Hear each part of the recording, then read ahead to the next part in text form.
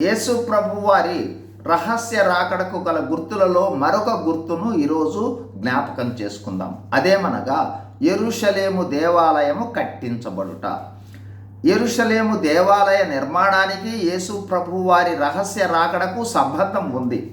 యేసు ప్రభువు రహస్య రాకడ తరువాత వచ్చు 7 సంవత్సరముల శ్రమకాలంలో 3.5 సంవత్సరముల తరువాత అంత్యక్రీస్తు ద్వారా అనుదిన బలి నిలిపివేయబడుతుంది. ఈ అనుదిన బలి జరిగేది యెరూషలేము దేవాలయంలోనే. అందును బట్టి మందిరంలో బలి కొనసాగుతూ ఉంది అని గుర్తించాలి. అందుకోసము దేవాలయము నిర్మించబడాలి. ఇప్పుడు మందిర స్థలంలో దేవాలయం లేదు. క్లుప్తంగా యెరూషలేము మందిర చరిత్రను మనం గమనిస్తే మందిరమును కట్టించాలనుకున్నది దావీదు మహారాజు, కానీ కట్టించినది అతని కుమారుడు సొలొమోను మహారాజు. కట్టించిన సంవత్సరము దాదాపు క్రీస్తు పూర్వము 1000వ సంవత్సరం.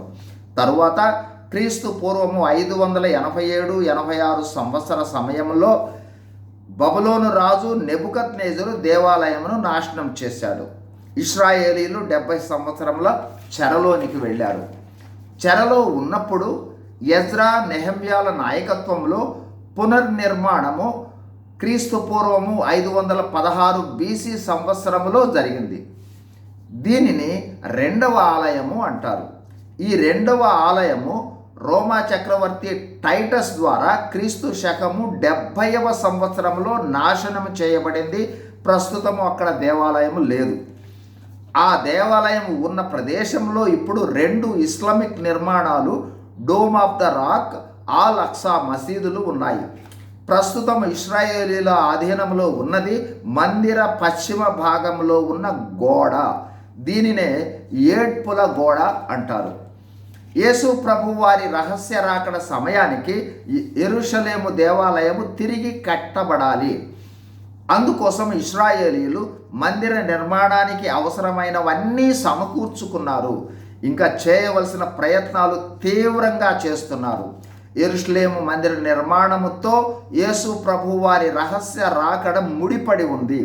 ఏ సమయంలోనైనా మందిర నిర్మాణం ప్రారంభం కావచ్చు. కావున మనమందరము రాకడ కోసం సిద్ధంగా ఉందాం.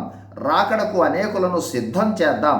ఒకవేళ మనము ఇంకా రక్షణ అనుభవం లేకపోతే నేడే రక్షణ దినము, ఇదే మిక్కిలి అనుకూలమైన సమయము.